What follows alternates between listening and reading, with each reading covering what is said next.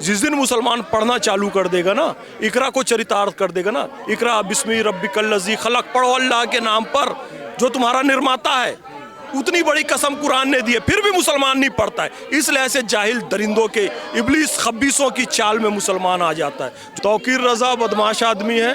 तौकीर रज़ा limelight में रहने के लिए पहले भी ये हरकतें कर चुका है। तौकीर रज़ा कश्मीर के जो आतंकवादी हैं, पत्थरबाज लोग हैं, उनको भी वो सपोर्ट कर चुका है कि ये भोले भाले मासूम बच्चे हैं। वो कभी कहता है लव जिहाद फैलाएंगे, मुस्लिम लड़के आओ हिंदू लड़कियों से शादी करो। वो कभी कहता है कि भारत को हिलाकर रख देंगे। भाई तू जिस देश में रह रहा है उस देश के खिलाफ ही बोल रहा है। लाइमलाइट में रहने के और भी माध्यम है।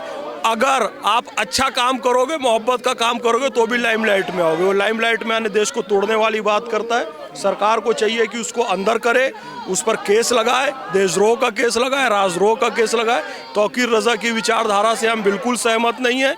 इमाम अहमद रज़ा बरेलवी, जिनको हम आदर्श मानते हैं, उन्होंने हिंदुस्तान की अजमत को बढ़ाने का काम किया है और ये अपने नाम के साथ रज़ा लगाकर हिंदुस्तान की अजमत को नीचा दिखाने का काम कर रहा है। शर्म आनी चाहिए उसे। हम लोग 10 लाख पूरे देश के अंदर मुस्लिम राष्ट्रीय मंच के लोग हैं, तो हम लोग ये आगे बढ़ के इस बात कर रहे हैं क्योंकि हमें इस बात की फिक्र है कि हमारे हिंदू भाइयों के साथ ये क्यों अत्याचार हो रहा है, और ये अत्याचार जो है मानवाधिकार का उल्लंघन है एक तरीके से।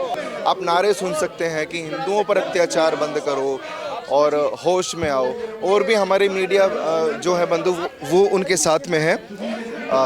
सर बात कर सकते हैं थोड़ी सी? क्या नाम है आपका?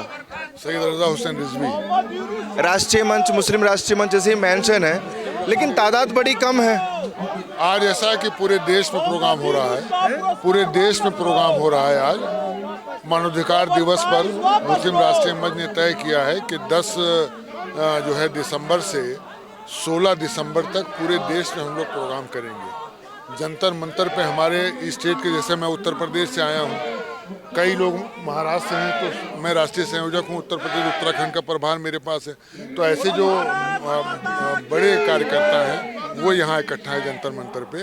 और हमारा कानपुर में प्रोग्राम हो रहा है, हमारा मेवात में प्रोग्राम हो रहा है, हमारा हरियाणा स्टेट में हो रहा है, हमारा महाराष्ट्र में प्रोग्राम हो रहा है, हमारा उड़ीसा में प्रोग्राम हो रहा है। मुस्लिम राष्ट्रीय मंच की जहाँ जहाँ इकाई है वहाँ हम प्रदर्शन कर रहे हैं और 10 तारीख से लेकर 16 तारीख तक करेंगे कि बांग्लादेश के अंदर जो हिंदू भाइयों पर अत्याचार हो रहा है, जो उनका जान माल का जो नुकसान हो रहा है, इसको बांग्लादेश सरकार तुरंत रोके इसको, क्योंकि हम मुसलमान लोग वहाँ हिंदू भाई पर अत्याचार कतई बर्दाश्त नहीं करने वाले हैं। हम लोग इसलिए आज जंतर मंतर पर धरना। सवाल यही उठ रहा है ना कि कितने मुसलमान भाई ये मांग कर रहे हैं, क्योंकि मुझे तो ज़्यादा नहीं दिख रहे हैं। जैसे बाकी अगर कुछ भी होता है, तौकीर रज़ा के एक इशारे पे लाखों मुसलमान सड़कों पे होता है, तो क्या वजह है कि मतलब हिंदुओं के समर्थन की बात आ रही है तो मुसलमान बाहर क्यों नहीं निकल रहा है? देखिए ऐसा नहीं है, मुसलमानों को निकलना चाहिए, लेकिन हमारा ऑर्गेनाइजेशन मुस्लिम राष्ट्रीय मंच पूरे देश में है कि एजुकेशन में जो सबसे पिछड़ी कौम है वो हमारे चर्मकार भाई नहीं है, कुम्हार भाई नहीं है, वो हमारे कुंभकार भाई नहीं है, वो मुसलमान है। और पैगंबर हज़रत मोहम्मद सल्लल्लाहु अलैहि वसल्लम के पास जो सबसे पहला शब्द आया था अल्लाह की तरफ से, वो था इकरा। इकरा यानी कि पढ़ो। हमारी कौम पढ़ती नहीं है, इसलिए तौकीर रज़ा जैसे जाहिल लोगों के बहकावे में आ जाती है। जिस दिन मुसलमान पढ़ना चालू कर देगा ना, इकरा को चरितार्थ कर देगा ना, इकरा बिस्मी रब्बिकल्लज़ी खलक, पढ़ो अल्लाह के नाम पर जो तुम्हारा निर्माता है, उतनी बड़ी कसम कुरान ने दी है, फिर भी मुसलमान नहीं पढ़ता है। इसलिए ऐसे जाहिल दरिंदों के इब्लीस खब्बीसों की चाल में मुसलमान आ जाता है। जो देश को तोड़ने वाले लोग हैं, जिन्होंने पाकिस्तान बनाया और जो कहते हैं हमारा बस चले तो लखनऊ तक ला लेंगे पाकिस्तान को, जो कहते हैं चिकन नेक काट देंगे, असम को अलग कर देंगे भारत से, नॉर्थ ईस्ट को अलग कर देंगे, उन लोगों के बहकावे में मुसलमान आ जाता है। मुसलमानों को पढ़ना चाहिए। पढ़ेगा मुसलमान? पढ़ता नहीं है या इस देश के नेता और धर्मगुरु ने पढ़ने नहीं देते? उनकी राजनीति कैसे चलेगी? वही कांग्रेस राज करती है 50 साल, वही कांग्रेस लाती है सच्चर कमेटी की रिपोर्ट मुसलमान पढ़ा लिखा नहीं है करके। तो 50 साल तो राज आपने किया है ना, तो दोषी तो आप हुए ना। पढ़ने नहीं देते हैं, जानबूझ के वोट बैंक बना के रखते हैं। आदमी सोचने समझने लगेगा, अपने विवेक से वोट देगा। हमारे दादा के जमाने से इस पार्टी को वोट दे रहे हैं। अबे तो तुम्हारे दादा के बाद कोई सोचने समझने वाला नहीं हुआ तुम्हारे यहाँ, कोई पढ़ने लिखने वाला नहीं हुआ। दादा ने ठप्पा लगा दिया तो बेटा भी वही लगाएगा, पोता भी वही लगाएगा, पड़पोता भी वही लगाएगा।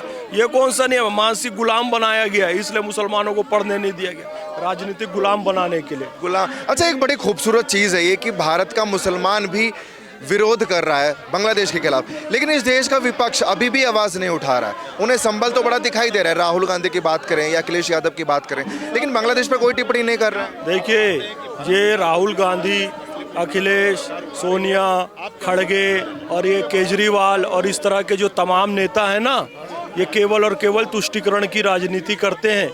उनको संबल दिखाई दे रहा है, और संबल पे क्या हुआ? पत्थरबाजों पे कार्रवाई हुई ना। कहीं कोई सर्वे करने जा रहा है, गवर्नमेंट की कोई अथॉरिटी जा रही है, आप सहयोग करो, आप सही हो तो। आप सहयोग नहीं करोगे, पत्थर चलाओगे, फिर पुलिस कार्रवाई करोगी तो बोलोगे अत्याचार हो रहा है। संबल में आप बोल रहे हैं, बांग्लादेश में आप क्यों नहीं बोल रहे हैं? क्यों? क्योंकि पाकिस्तान तुमने बनाया, बांग्लादेश तुम लोगों ने बनाया। कि किसी इंसान को आप उनकी जान माल की हानि नहीं कर सकते, और बेगुनाह लोगों पर आप लाठियां चला रहे हैं, गोली चला रहे हैं, उनकी दुकानें जल रही हैं, उनके धार्मिक स्थल जलाए जा रहे हैं, तो ये कतई अच्छा नहीं है। ये मानवाधिकार आयोग, मानवाधिकार का खुला उल्लंघन है, इसलिए हम लोग मांग करते हैं। अच्छा, इन फर्रों में क्या लिखा हुआ है, क्या क्या मेंशन किया हुआ है आप लोगों ने? किसमें? ये जो पर्चे लिए हुए हैं, इसमें कुछ मेंशन है क्या? पर्चे में बहुत चीजें मेंशन है। पर्चों में तो बहुत चीजें हमने मेंशन किया है कि जो समुदायों के बीच सद्भाव, आपसी सम्मान को बढ़ावा देने के लिए मुस्लिम राष्ट्र में समर्पित है। नई दिल्ली में बांग्लादेश के उच्चायुक्त महामहिम मोहम्मद मुस्तफिजुर रहमान को ज्ञापन जो है सौंपेंगे। ज्ञापन में बांग्लादेश में हिंदू समुदाय, उनके पूजा स्थलों पर हो रही हिंसा और उत्पीड़न की घटनाओं पर गहरी चिंता व्यक्त की गई है। मुस्लिम राष्ट्रीय मंच ने ज्ञापन के माध्यम से बांग्लादेश सरकार से इन घटनाओं को रोकने, न्याय सुनिश्चित करने और सभी नागरिकों के मौलिक अधिकारों की रक्षा के लिए तत्काल कदम उठाने का आग्रह किया है। ज्ञापन में एक सवाल और अगर मैं आपसे पूछूं कि आप जैसे मुसलमान हैं और आपने ये एनालाइज कर लिया कि वहाँ वाकई हिंदुओं पर अत्याचार हो रहा है और आप प्रदर्शन करने आ गए, लेकिन तौकीर रजा जो है वो अभी भी मानने को तैयार नहीं है कि वहाँ वाकई में हिंदू प्रताड़ित है या उन पर अत्याचार हो रहा है। वो कह रहे हैं कि इसको हिंदू मुसलमान का नैरेटिव ना पेश करे, ये भारतीय मीडिया कर रही है, वहाँ हिंदू मुसलमान की कोई राजनीति है ही नहीं। देखिए, ये हर आदमी की अपनी सोच है, उस सोच से आदमी अपना व्यू निकालता है। तो ऐसा नहीं कि जो उनकी व्यू है वो पूरी दुनिया का व्यू हो। वो उनके अपने मसलक हैं, वो उनकी अपनी समझ है, उनकी सोच है, उस व्यू से वो कह रहे हैं। लेकिन जैसा टीवी चैनल्स दिखा रहा है, जैसा हम लोगों के पास न्यूज़ें आ रही हैं, उस न्यूज़ों से तो हम लोग यही समझ रहे हैं कि वहाँ अत्याचार हो रहा है। और क्या न्यूज़ कोई गलत चीज़ नहीं दिखाता? न्यूज़ जो सही चीज़ है वही दिखाता है। आपके देखने की एंगल है कि आप कैसे देखते हैं। तो तौकीर रजा साहब देख नहीं पा रहे हैं या ज्ञान चक्षु बंद किए हुए बैठे हैं? ये मैं नहीं कह सकता कि उनकी आंखें बंद हैं, वो देख नहीं पा रहे हैं, लेकिन उनका अपना व्यू है, उनके अपने विचार हैं।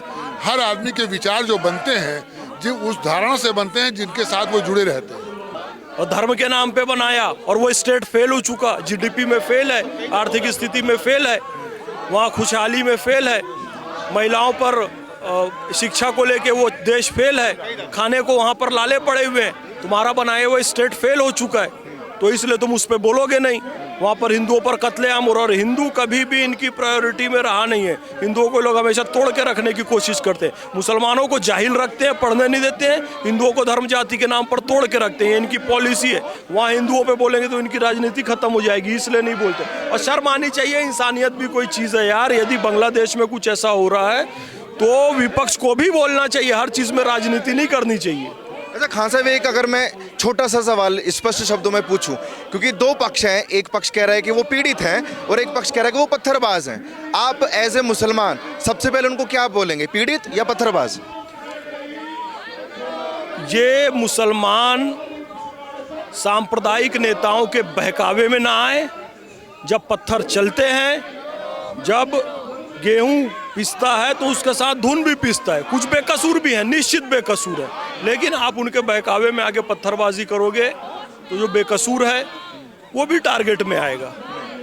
कुछ लोगों ने किया, कुछ लोगों ने, काफ़ी लोगों ने किया पत्थरबाजी, लेकिन कुछ बेकसूर भी आ रहे हैं। हाँ, गवर्नमेंट को चाहिए कि उनको थोड़ा सा बैलेंस करके देखें। जो बेकसूर है उनको भले ले जाएं, लेकिन तफ्तीश करके छोड़ दें कि भाई ये बेकसूर है, और जो असली शैतान है उनको सजा दें। ठीक है, बहुत शुक्रिया।